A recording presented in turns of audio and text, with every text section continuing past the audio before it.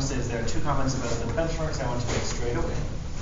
I posted in Canvas like a lineup typeset of solutions to these benchmark problems, these exact problems.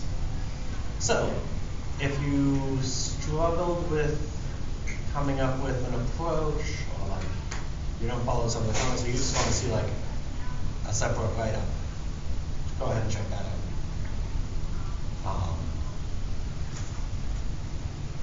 And keep in mind that I have a do-over ready to go. So sometime between now and I guess next week Friday would be the next benchmark attempt. You can show up in my office, attempt a do-over version of exactly those problems. Nope, different problems, same content.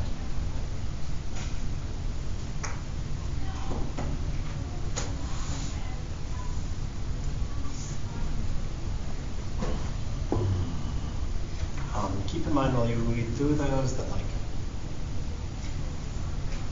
the statement of a claim tells you a lot about how the proof of the claim should be formulated.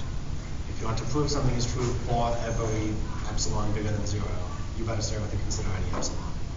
If you want to prove something for every x in some set, you better start by considering any x in that set. Cool. The other comment I want to make, just broadly, was about that homework, the one about using monotone convergence to show that E exists. And people have been struggling a lot with this. Okay, I'll make the comment anyway, though I made it to you already. My intention here is that the goal here isn't to have you come up with your argument from scratch. The point of this particular homework is to have you go through an overly brief argument and extract from it the actual proof with all the details added in. So if you like, the goal here is to have you do the stuff that you always need to do whenever you're reading through a textbook. Whenever you're reading through a math textbook, you're probably generating about 1 or 2 pages of notes per page of textbook. I want you to do that for this particular example in the Corkwood textbook. Namely, if you go to page 44 and 45 in the course textbook, Corkwood, you'll see an analysis that this sequence converges, and they use monotone convergence to do it. So the first thing they have to do is show that it's monotone, go through their analysis, and extract from them a proof that this sequence is increasing. So there's the first thing to do. So read through what they've written, figure out why each step is true, what's going on in each step. Your write-up should include those steps with some verbal explanations, maybe even some intermediate steps. I think they've left out lots of details in the Corkwood argument. And in your proof of lemma 3.3.9, you should stop as soon as you hit the goal of increasing. The next claim you need to do is you need to show that this thing is bounded. Corkwood has some words about how to get it to be bounded. So one thing that they observe in their book is that is this inequality. So you can extract that from what's in Corkwood already.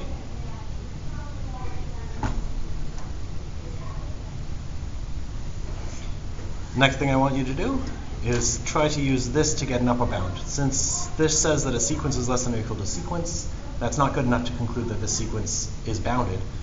You don't know that this sequence is bounded. So if you can get an upper bound on this sequence, then you're happy. Here's how I propose.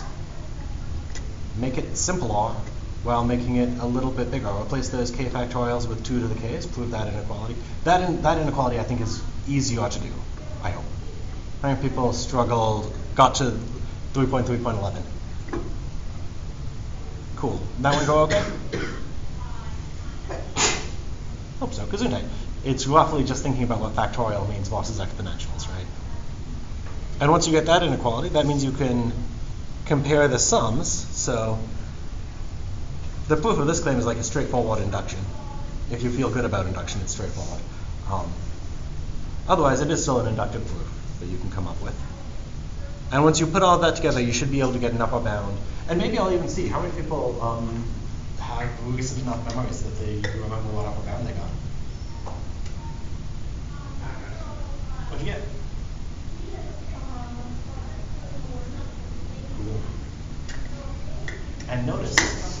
it does not matter how efficient your upper bound is. You just need to find an upper bound. If you showed 4 as an upper bound and someone else showed that 23 is an upper bound, you both make the same conclusion. By monotone convergence, the sequence converges. Nice. So, with that stated, let's turn into what I want to do today. It's going to be a new topic, which hopefully will feel like a nice change of pace. I'm going to spend a while not thinking about sequences or limits, or even real numbers. I'm going to go to something that will wax a little bit more abstract. Let's just talk about the notion of cardinality. Let's see, how many people have at some point seen or thought about the expression, the real numbers are uncountably big? Cool. Right, our goal in this chapter of notes is to make sense of what that claim even means, and eventually to prove it. So, in order to do that, we need to build the language of cardinality. And the theory of cardinality is the theory that asks the question, are these two sets the same size? And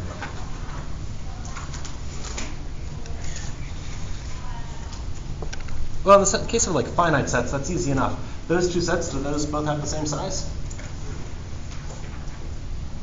Yeah, and like the argument would be, yeah, they both have 4 elements, so they both have the same size. In the case of infinite sets, you can't really do that in an intelligible way. At least not in a way that preserves any useful theory. So here's the way that I'll try to motivate what cardinality means. So let's suppose that you don't know what numbers are. You're like,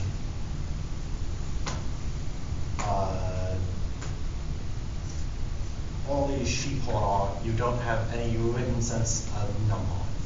You would like to know if this pen of sheep contains the same number of sheep as that pen of sheep. So here's the strategy you use. You have a little funnel that both of these pens are going to flow through, and you let a single sheep through that funnel each time. And you do it one at a time. If one of those pens empties before the other, they didn't have the same size. If they both empty at the same time, they have the same size. So what that actually establishes is a function that goes from sheep in this pen to sheep in that pen. This sheep is matched to the sheep that went through at the same time. So this is a bijection between these two sheep collections. This is the theory of cardinality. This is what cardinality says sets should be. Let x and y be sets. I will say that x and y have the same cardinality, or x and y have the same number of elements, or x equals y with bars around them, like absolute value bars, or the number of things in x is equal to the number of things in y. I'll try to stick with like this notation, but you'll see different notations when you do stuff. If exactly what we just saw with this sheep example, there is a bijection from x to y. So there's now a definition.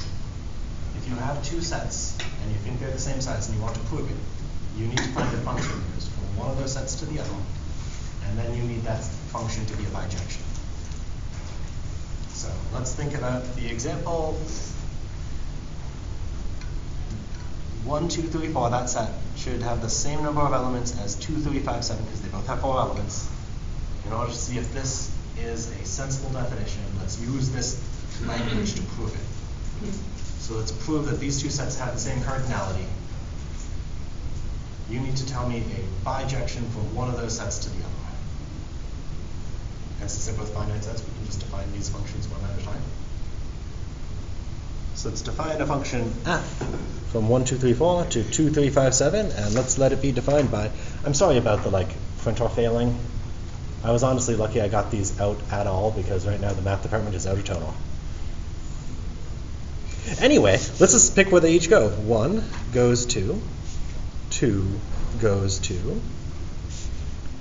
3 goes to, 4 goes to. So, where would you like to send 1?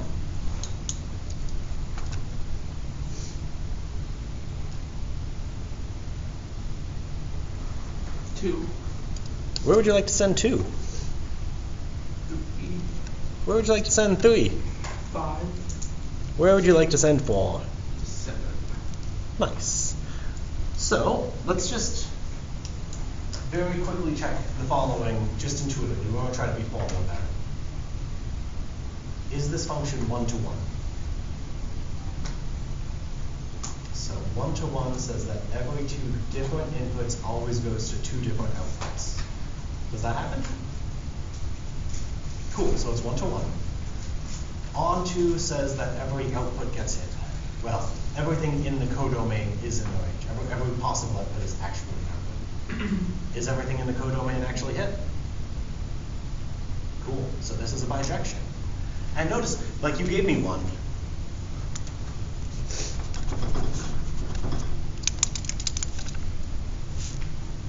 Is that still a bijection? Yeah. So you have lots of choices in like how to come up with a bijection if one exists. So you only ever need to find 1. So with that intuition built up, like cardinality does the right thing for finite sets. That's good. Something interesting happens for infinite sets, and let's just think pretty intuitively right now.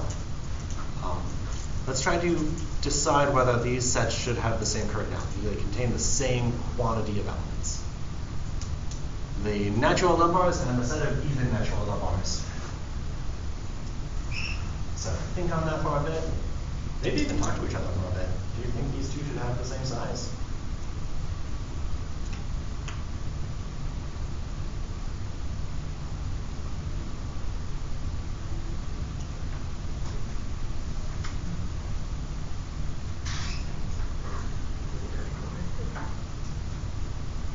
Yeah, the point is kind of to be wrong though. Like, I expect most people to guess most of these wrong.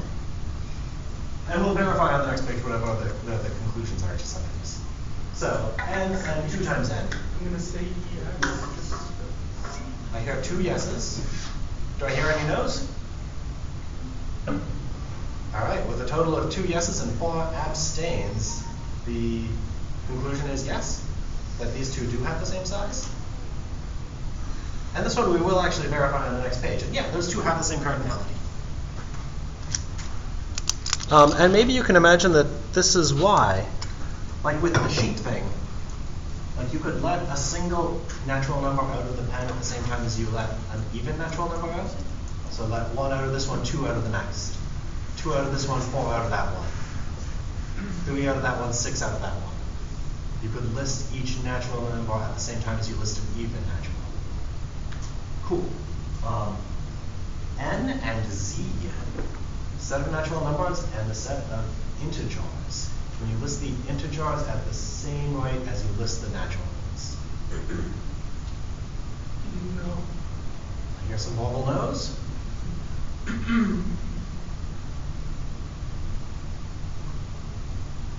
Let's see a poll. Anyone for yes? Anyone for no? Cool.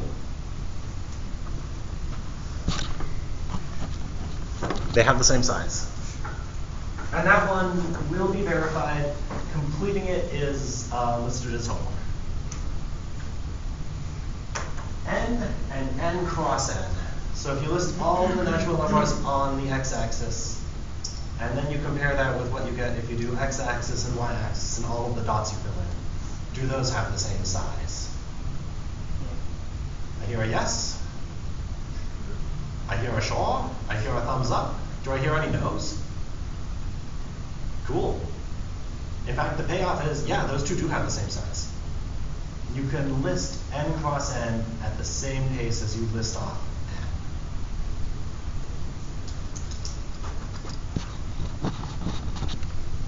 n. N and q. The natural numbers and the set of rational numbers. So this thing where you list them 1 dot at a time or the rational numbers which you know are dense in the real numbers.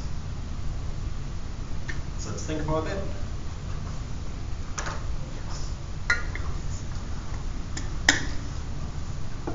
Anyone for yes? Anyone for no? Anyone too scared to hazard a guess? Okay, so it's emotion other than fear that's preventing you from guessing. In fact, yeah. Natural numbers and irrational numbers, bitective. They have the same quantity of elements.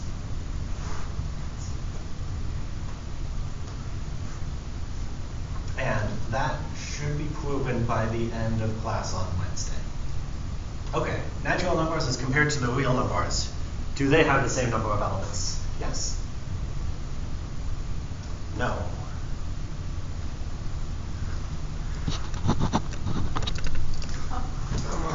And the point of this exercise was to demonstrate that cardinality can be a little bit counterintuitive, and you really need to think in terms of definitions. So what do these say? These say that it's possible to exhibit a bijection between the four sets in the force list, but there is absolutely no bijection from the natural numbers to the real numbers. That's what this says. And this theory, when it was developed, was in fact quite controversial. Right? All of their sets are just infinite. They should have the same size. In fact, there are a huge quantity of numbers of infinities if you study this theory. In fact, the set of possible infinities is so big you cannot even think of it as a set. So, lots of big complicated things happen when you wade too far into set theory, and we're going to take a little dip into it. So let's prove the first one of these. N and n cross n 2 times n, the set of even natural numbers, are in bijection with each other. If we want to prove that, we need to either find a bijection from, well, by the grammatical way that we stated the definition, we need to find a bijection from n to 2 times n. So, let's try to come up with one. This better be the next thing. Proposition 4.1.3, the size of the natural numbers is equal to the size of 2n. In order to come up with this, we need to find a bijection between these sets. I think it might be useful to list off the elements of these sets and try to draw some arrows and eventually, build some intuition. Since both of these sets are infinite, I can't say where each element goes one at a time. I'll never stop. So I have to come up with something else. So let's just, what are the natural numbers? Well, it's 1, 2, 3, 4, 5, and so on. The set of even natural numbers, 2n, is 2, 4, 6, 8, 10, and so on. If this is true, I need to find the bijection between these two things. So I need a function that takes the first flavor of elements and returns the second flavor of elements. Where should 1 go? 2. That seems reasonable. Where do you think 2 should go? 3? 6. 8? Nope. The next thing on the list is 4. Where does 4 go? The next one on the list? 5 to 10. 5 to 10? Ooh, is there a pattern that you could maybe describe? Multiply by 2. Multiply by 2. Let's see if that works. So all this isn't absolutely unintelligible what I've just drawn up there. That's not part of the proof, but that's how you come up with the proof. We need a bijection between these two sets. Use the function f from n to 2n defined by f of n equals 2n. All right, so here's the first thing to worry about. Let's check first that this function is at least defined for every natural number. If you start with a natural number, then you always multiply it by 2. All right, now we need to justify that it has the right codomain. Does that have codomain equal to 2 times n?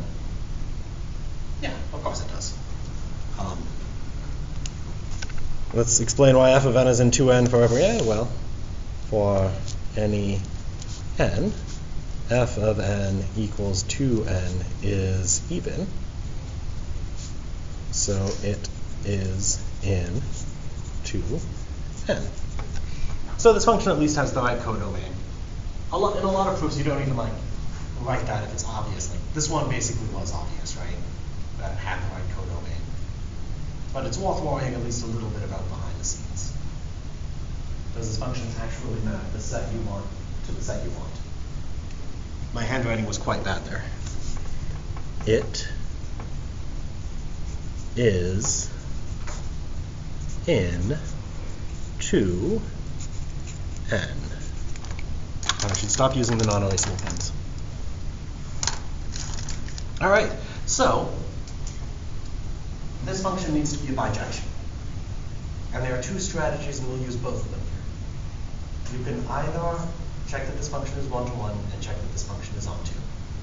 There are two separate steps. Or you can come up with an inverse function. Because invertible functions are exactly bijective functions. Sometimes one's easier than the other. Let's try both. So first let's do the direct proof. I need to show that this thing is one-to-one and onto. Order that you do those two things doesn't matter.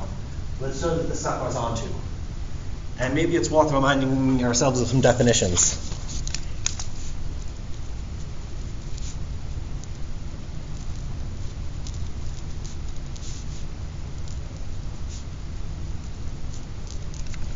What does it mean to say that a function is onto? And let's maybe even use the language of this exact problem. F from n to 2n is onto.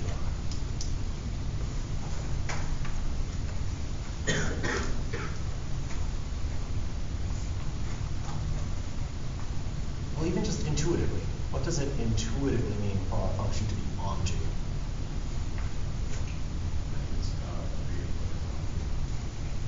That's just well defined. Every input has an output. You want like the opposite. Every output comes from an input is what onto means. So let's write that down. So everything in the codomain is actually hit by some input. So to show this sucker is onto, we need to show every, doesn't matter what you call it, x in 2n for every x in 2n, there is some k in n with f of k equals x. Every possible output is actually it. What does it mean to be one-to-one?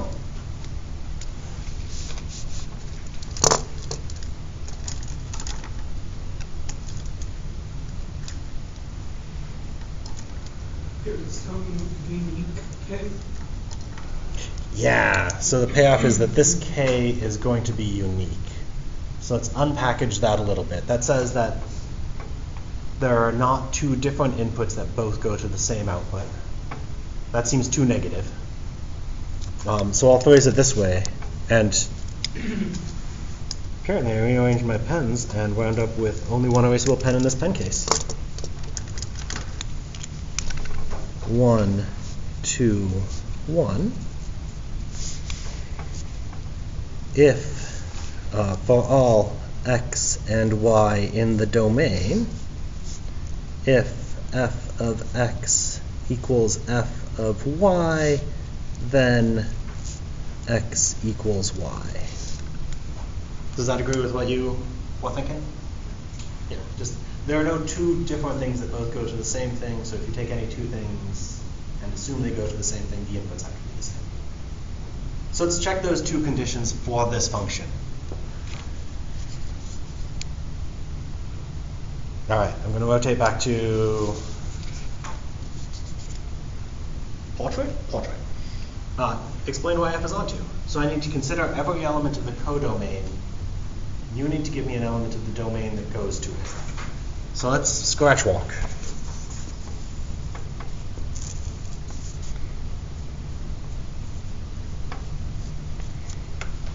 So I need that y in 2n to eventually come from an input. And let's try to figure out why.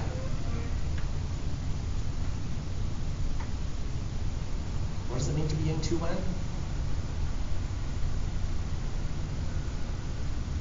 What was 2n's definition?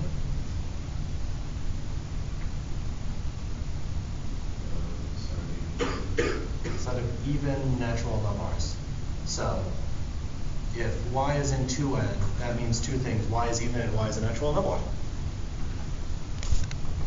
So y is an even natural number. What does it mean to be an even natural number?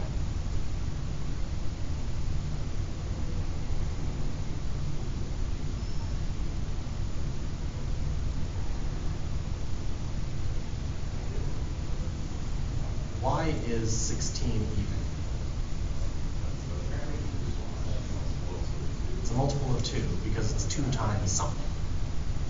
This y being even means that y has to be 2 times something. So y equals 2k for some k in the natural numbers. So that's like unpackaging the definition. And now that we've done that, what input will go to y?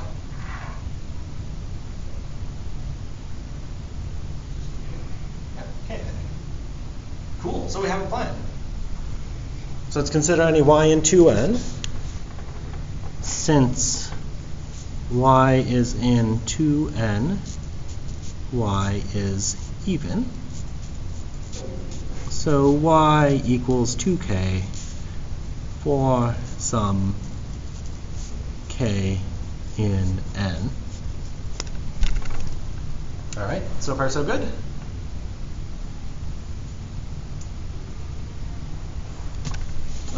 But then f of k equals 2 times k, but that is y. Thus, f is on 2. So let's convince ourselves that that's actually correct. Did we start by considering absolutely any element of the codomain? Did we conjure up a natural number of some flavor? Did that natural number have the property that when we apply f to it, we get y? Nice. That's all it needs to be on to. One-to-one. We're going to show this function is one-to-one. So let's consider any two elements of n.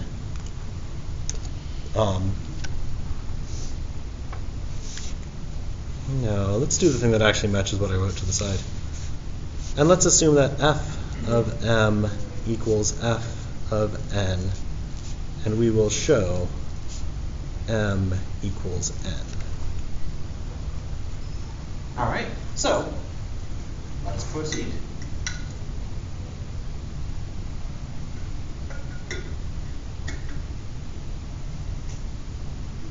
Scratch more fast.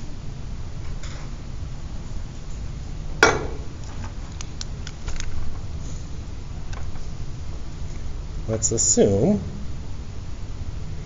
f of m equals f of n and mess around with this. So there's the thing we assume.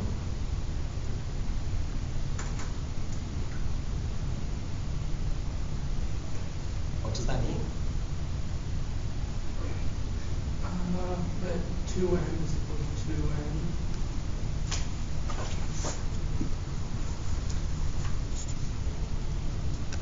Okay. What next? Divide by 2 on both sides. Divide by 2 on both sides. Division by 2 is well defined. Divide by 2. Oh, cool. Is that what we needed? Oh, nice. So there's the proof. We just need to, like, put it in wands. So let's see. Since f of m equals f of n, 2m equals 2n by the definition of f. Dividing by 2,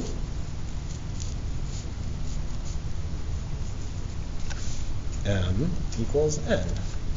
Thus, f is 1, 2, 1. All right. That seem all right? Conversely, we could try to come up with an inverse function. And in your elementary school days, you learned how to find inverse functions. You swap the role of input and output, and then you solve. So let's do that. So it's y equals 2x, and then you switch that to x equals 2y. This isn't something you would have in your proof. That looks like something you could solve for y? I don't know, it looks too difficult. It does look very difficult. Cool. So, this gives us a candidate inverse function. We just need to show that it is an inverse function. Let's define g from 2n to from 2 times the naturals to the naturals by the rule g of n equals, what should I put here?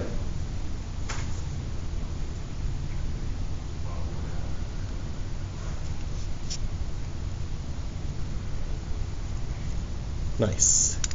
And a thing I have not given us space to do is explain that, why this thing actually has the claimed codomain.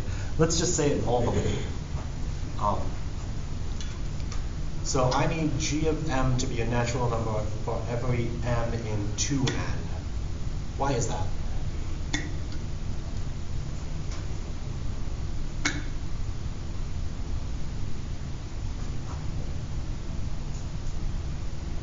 What does it mean to be in 2n?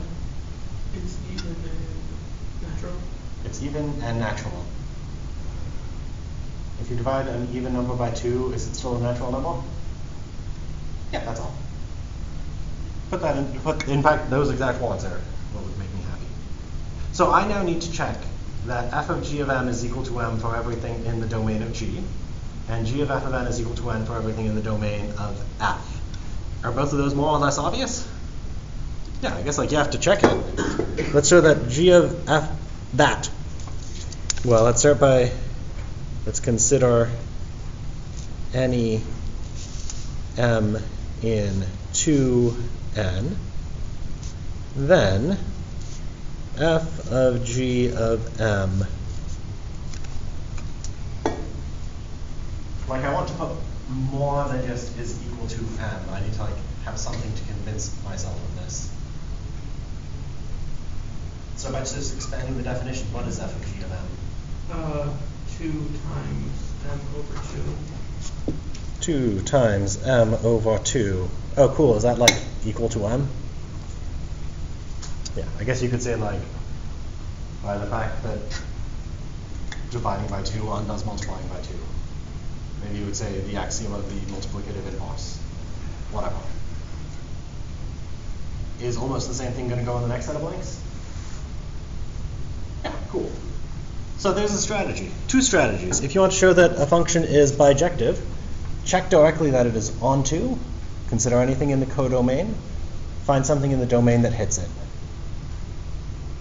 Then show that it's one-to-one. Consider any 2 things in the domain, assume the output values are equal, show that the input values are equal. Or assume that the input values are not equal, show that the output values are not equal. Those are both contrapositives of each other. Sometimes one is easier than the other to do, but they're both logically the same. Or write down an inverse. That's really hard to do when you can't algebraically figure out what the inverse is. But sometimes you can. As G is an inverse for f is bijective. As we have exhibited a bijection from n to 2n, we conclude that these 2 sets have the same cardinality. That feel pretty okay? Nice. So let me give you a tour of what's left in here. The first thing to point out is I use the symbol equal in my definition of cardinality. That means that this relation had better be an equivalence relation. A thing should have the same size as itself. If x has the same size as y, then y should have the same size as x, so you don't need to worry about writing it in the right order. If x has the same size as y, has the same size as z, then x has the same size as z. Those things had better all be true.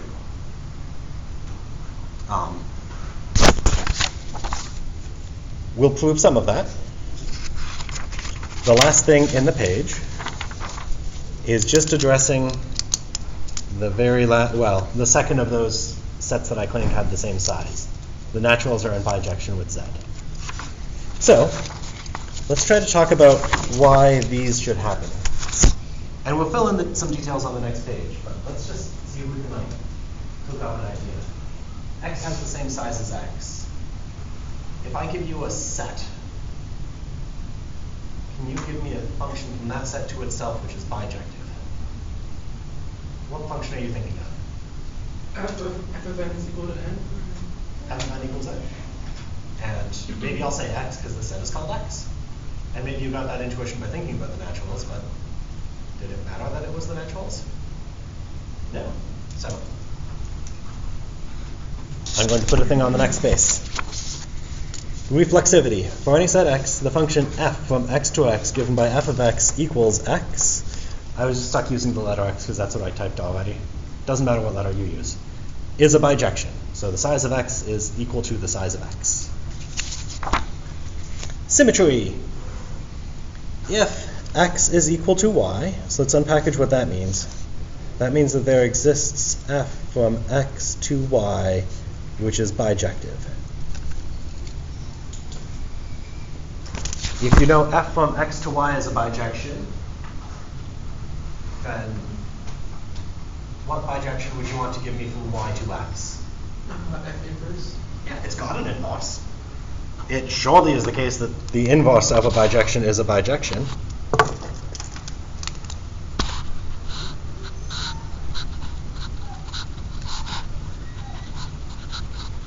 Nice. Now let's try this now. So if x is the same size as y, then I have a bijection from x to y. If y has the same size as z, then there's a bijection g from y to z. Both of these are bijective.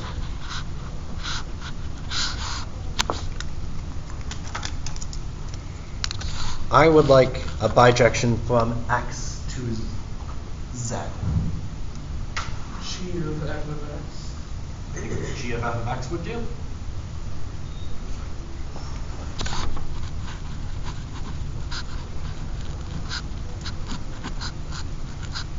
Yeah, because let's see how you would read that. F sends a thing in x to a thing in y. Then you do g to it. That sends a thing in y to a thing in z. So at least has the right domain and codomain. Think it's likely to be, bijective? Nice. There's the proof. It's a matter of checking details now. Symmetry, let x and y be sets. Size of x is the same as the size of y, so there's a bijection f from x to y. Since bijections are invertible, we can consider the function f inverse from y to x. I am asserting that the inverse of a bijection is a bijection, so these two sets have the same size. Do you think that's probably something that should be proven? I mean, it's more or less obvious, but it should be. Transitivity. Let x, y, and z be sets. Size of x equals size of y. Size of y equals size of z. Use the wrong button there. So there are bijections f from x to y and y to z. The composition that you just told me, do f first, then do g.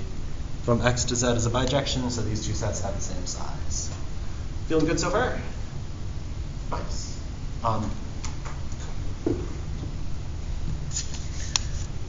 I think it's worth trying to write down some of the details for at most one of these. So, reflexive. Is it worth going through the details in class time? Transitive. Is it worth writing down some details in class time? Symmetric. Should we write down those details in class time?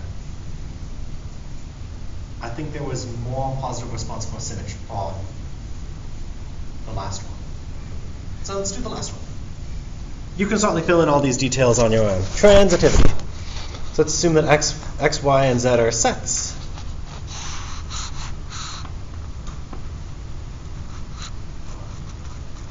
Size of x is equal to size of y equals size of z. That means that there are bijections f from x to y and g from y to z. That means that at least the composition, first do f, then do g, is at least a function from x to z. I need to show that that sucker is bijective, To do that, I need to show that it is one-to-one and that it is onto. Let's first check that G composed with F. Those of you who like LaTeX, there is a LaTeX comment. The LaTeX command for that symbol is /sock. Is one-to-one. What do you need to do to check that the function's one-to-one?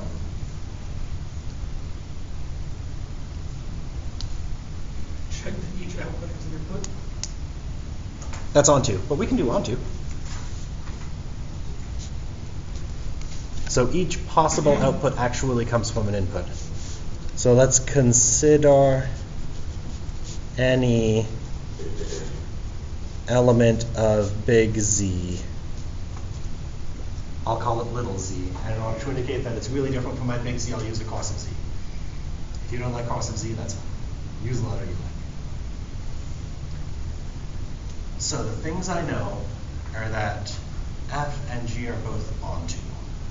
So I think maybe a picture helps. So there's X, that's going to go to Y, that goes to Z. There's this element, little z, right there. I need to get something in X that goes to Z under the composition. I know that G is onto though, so what can that tell me?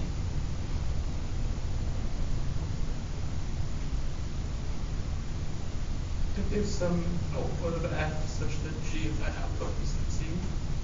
Yeah, I think you've done two things at once. I think I'll do one thing at once. I'll say there's an element of Y. Since G is onto, there is some Y in big Y with G of Y equals Z. So there's some element Y right here that goes to Z. Okay, so that's progress. I want something in X that goes to Z though. So what else could you say? Same thing, but with F. Same thing but with F. Since F is onto, there is some X in X with F of X equal to Y, then G composed with F of X had better be equal to Y. If it's not, then we need to go back to the drawing board. So what does this composition mean? It just means G of F of X, and let's just unravel it from there. What's F of X equal to? Y. Nice. What's G of Y equal to? Z. All right, have we just proven that everything in the codomain is actually hit by some input?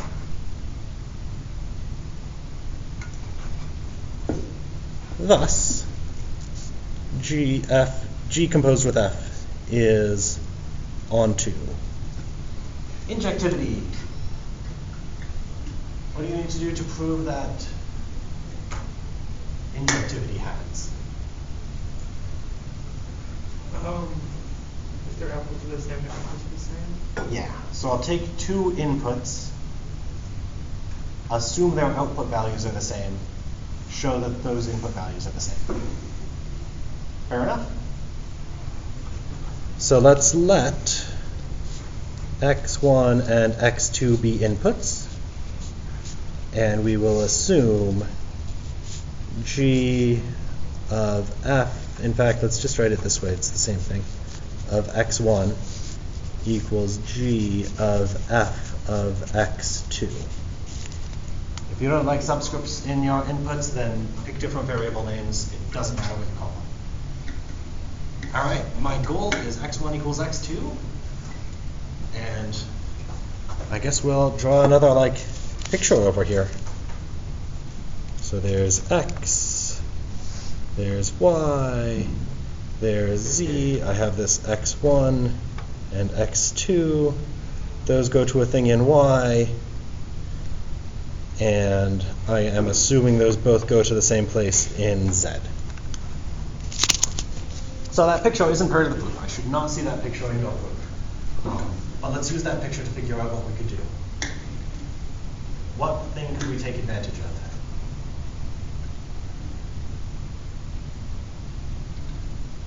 Well, in the onto proof, I use the assumption that the functions go onto.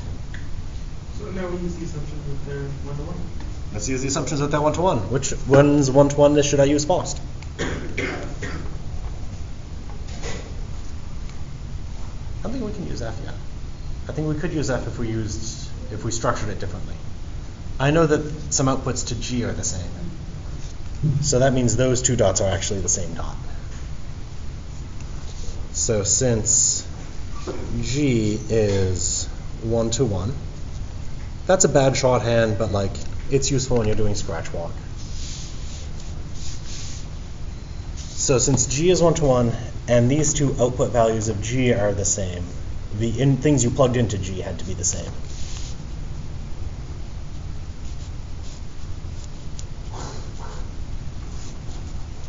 That feel good? Now could we use F as one-to-one?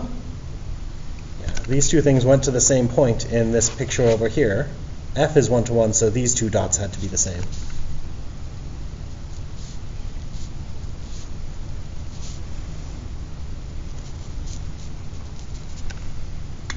Oh, cool. That seemed pretty good.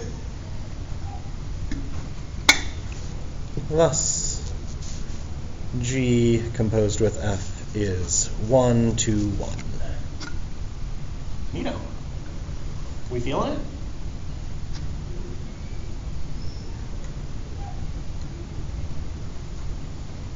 And hopefully this wasn't anything that felt too fancy. Just use the definitions and the assumptions. The other way we could have proceeded is let's assume that the two inputs are not equal and show that the outputs are not equal. Then you would have used F's one-to-one first, which would have been a fine thing to do. It's just not what was set up already. Nice. So, final thing in the list is I promised you at least an idea of the proof that n has the same size as z. To do that, let's do the same thing as we did with n and 2 times n. So,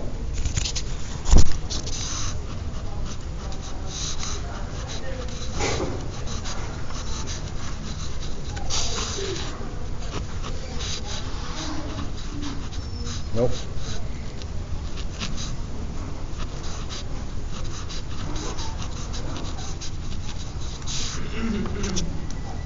Let's try to come up with an idea. So I need a bijection from n to z. So let's start defining a test. Yeah, but like upstairs, right? Yeah, not yet. You want to, yeah, okay, we're fine. Very confused. Me. Okay, where should 1 go? -3. Okay. Where should 2 go? -2. Where should 3 go? -1. 4? 0. 5? 1. 6? 2. Cool. I think there's a problem. What's going to hit -4? That's a problem I needed to be onto. Let's try again. So,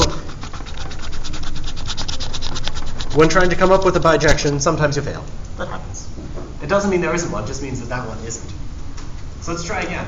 1 is like the simplest natural number. What's the simplest integer one?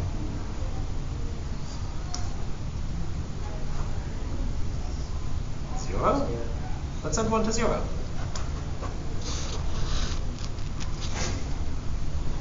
Where should 2 go? Sure. And let's just make sure that we eventually hit the negatives by starting to hit negatives right now. Where should 3 go? -1. 4? 2. 1. -2. 6? 7. 7? All right. So these arrows are crossing, but I think we notice a pattern. It looks like this choice at least has odd numbers going to the positives, even numbers going to the negatives, and it looks like the odd numbers, 1 goes to 0, so that's like -1, then divide by 2. 3 goes to -1, so subtract 1, then divide by -2, I guess. So let's define f of m when m equals 2k minus 1 is odd, is going to go to just that minus k.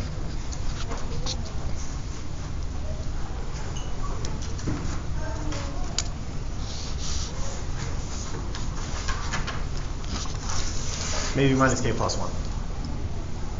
Figure out what pattern will result in 1 going to 0. For 2k, if n equals 2k is even, I think I would just want to send f of m to k. Does that function described at least appear to be one-to-one and onto? It looks like proving that will require some case-by-case stuff, because this is a case-wise function. But from there, I think proving it's one-to-one and onto is like direct. And that's a huge chunk of what today's homework is. Nice. We feeling good? Groovy. All right. Now I'll end so that the next class can start their test. You were really waiting for me to say end then. Excited to take the test. I like it.